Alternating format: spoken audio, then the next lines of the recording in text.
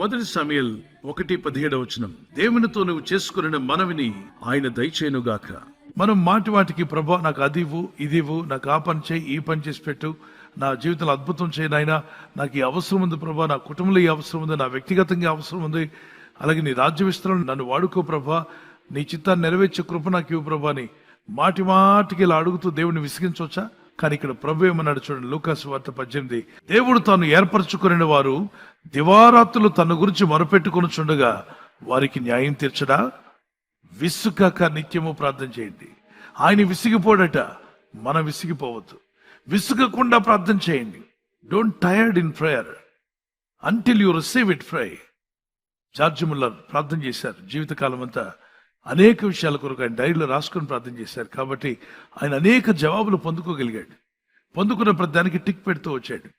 ప్రే without seizing, ఎక్కడ వెడతేయకుండా ప్రార్థన చేయండి. యూదా పత్రిక 1:20-23 వరకు పరిశుద్ధాత్మలో pray in the Holy Spirit. Ephesians chapter 6:18-19 pray in the Spirit always. మనసుకు ఏది భారంగా అనిపించినా ప్రార్థన చేయండి. గుండెకు ఏది బరువు అనిపించినా ప్రార్థన చేయండి. ఇంట్లో ఏ పరిస్థితి బాలేకపోయినా ప్రేయర్ చేయండి. దేవుని దగ్గర పట్టుదలతో మొరపెడదాం.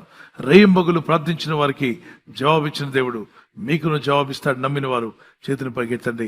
ప్రభు నాకు తప్పక జవాబిస్తాడు నమ్మిన వారు గుండె మీద చేపెట్టుకోండి. కళ్ళు మూసుకొని ప్రార్థన చేద్దాం. ఫాదర్, నీ ప్రజలను బలపరచండి. నీ వెలుగుతో నీ దీవెనతో నింపుము నాయనా. వారి జీవితాలు అడ్డొచ్చే ఆటంకములన్నీ దూరపరచము. నీ కృపను అనుగ్రహించండి. నీ సహాయం దయచేయండి.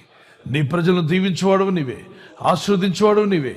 నా జీవితం వేదనలో ఉంది, నేను శోధనలో ఉన్నాను, నా బ్రతికింద ఎందుకు ఇలా అయిపోయిందనే ఆలోచన మాని, నాకు దేవుడున్నాడు, జీవం గల దేవుడు నా ప్రార్థన వింటాడు, ఆయన తప్పక విడిపిస్తాడు, నా వేదన బాధల నుండి విడుదల ఇవ్వగల శక్తిమంతుడని దేవుడిని ప్రార్థిస్తానని ప్రార్థనాత్మల వారికి దయచేయండి. మా జీవితాల్లో వేదన తీసివేయండి, మా భారమును తొలగించండి. నీ కృప మాకు దయచేయమని ఆయన. కన్నీళ్లు తుడిచివేవాడు నీవే, దుఃఖమును సంతోషంగా మార్చేవాడు నీవేనని వాగ్దానం చేశావు. వారి దుఃఖ దినములు సమాప్తంలాగునన్నావు తండ్రి. నీ ప్రజలకు దుఃఖ దినాలు సమాప్తం అవ్వాలి. సహాయం దయచేయండి. ఈ రాత్రి నెమ్మదితో పండుకొని సురక్షితంగా కాపాడబడినట్లుగా నీ అగ్ని కంచి వేసి మమ్మల్ని కాపాడండి. మీ చిత్తములో కొనసాగే కృప అందరికీ దయచేయమని యేసుక్రీస్తు ప్రశస్త నామములో వీరందరికీ చక్కని నిద్ర దయచేసి తెల్లవారు లేచి కృపను మాకిమ్మని క్రీస్తు నామములో అడిగి వేడుకుంటున్నామా పరలోకపు తండ్రి. ఆమేన్, ఆమేన్.